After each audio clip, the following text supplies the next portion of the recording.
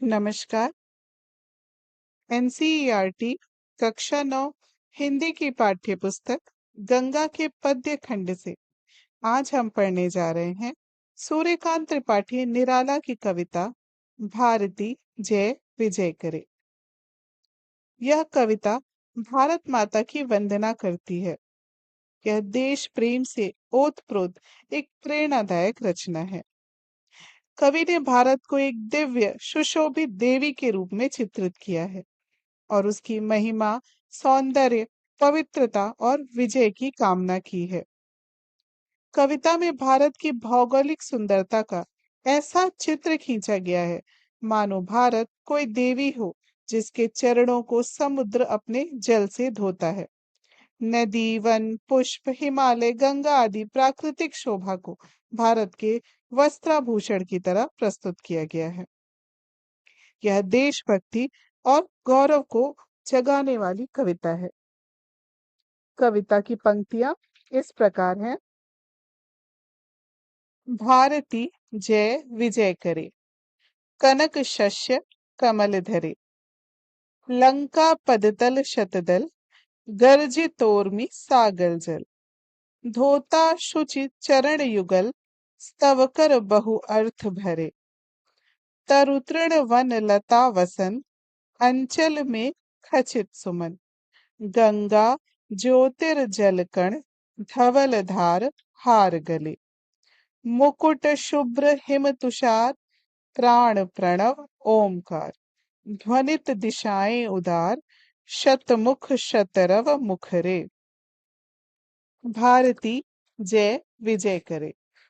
भारती अर्थात भारत माता, जय अर्थात विजय, विक्ट्री, विजय करे, जीत प्राप्त करे। तो कवि यहाँ भारत माता की विजय की कामना कर रहे हैं और कह रहे हैं कि भारत माता जो है वो सदा विजयी हो, सदा विजय प्राप्त करें। कनक शस्य कमल धरे।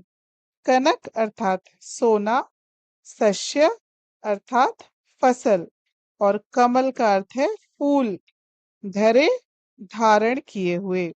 तो जो भारत माता है वो कैसी है? सोने जैसी चमकती फसलों और कमलों से सजी हुई है। कनक शस्य, शस्य जो है फसल है, वो कैसी है? कनक के समान है, सोने के समान चमक रही है फसलें भारत की भूमि के ऊपर। और कमल धरे, वो कमल जैसे सुंदर फूलों को धारण करती है। तो ये जो पुष्प हैं, ये जो फसल है, वो भारत माता की समृद्धि को दर्शाते हैं। आगे कवि कहते हैं कि लंका पदतल शतदल, पदतल चरणों के नीचे, शतदल अर्थात कमल।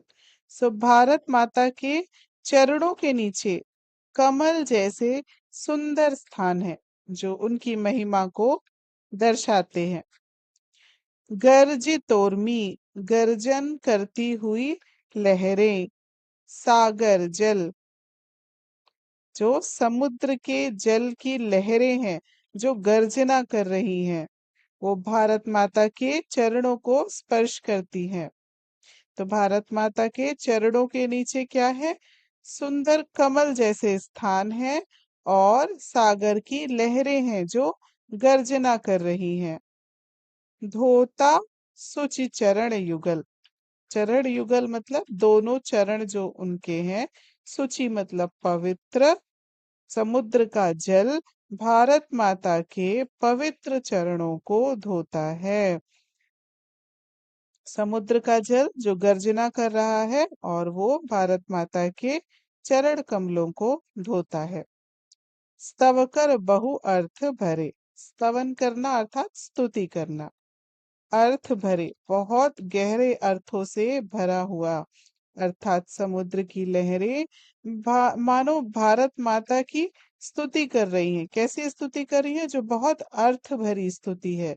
वो भारत माता की महिमा का वर्णन कर रही हैं अपनी गर्जना के रूप में। तरु तृण वन लता वसन, तरु अर्थात वृक्ष, तृण अर्थात घास, लता बेले जो वृक्ष की लताएं होती हैं, बेल। वसन अर्थात वस्त्र। तो ये जो पेड़ है, पौधे हैं, घास है, लताएं हैं, ये सब भारत माता के वसन के समान है, उनके वस्त्र के समान है।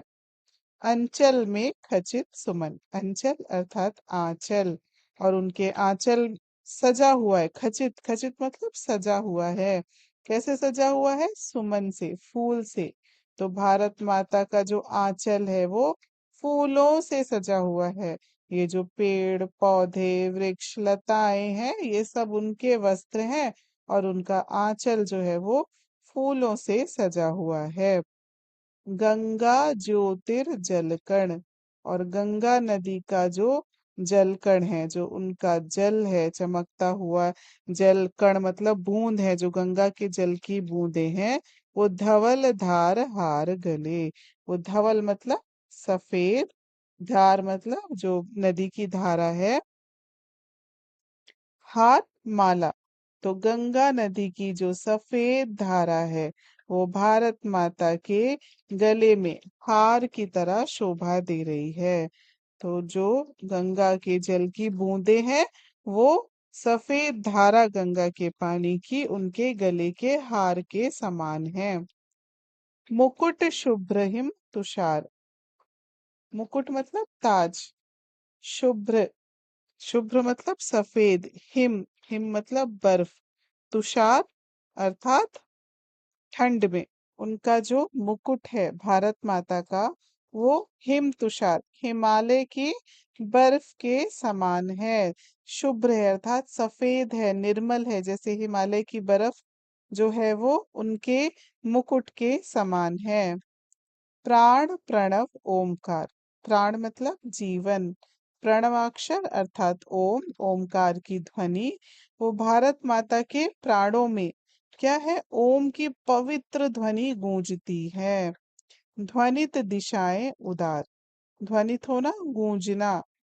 दिशाएं, चारों दिशाएं जो हैं, वो चारों दिशाओं में वो भारत माता की महानता की, और वो जो प्रणवाक्षर ओमकार की ध्वनि है, वो चारों दिशाओं में गूंजती है।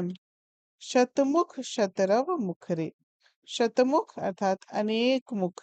शतरव अनेक ध्वनिया, मुखरे गूंजते हुए। और सैकड़ों मुख से सैकड़ों ध्वनिया जो है वो मुखर हो रही है। क्या मुखर हो रही है? भारत माता की जय जयकार मुखरित हो रही है। भारत माता की गुणगान जो है वो सौ सौ मुखों से, सौ सौ ध्वनियों से भारत माता की जय जयकार कर रहे हैं। तो यहाँ कवि ने भारत माता को एक सुंदर और दिव्य देवी के रूप में चित्रित किया है।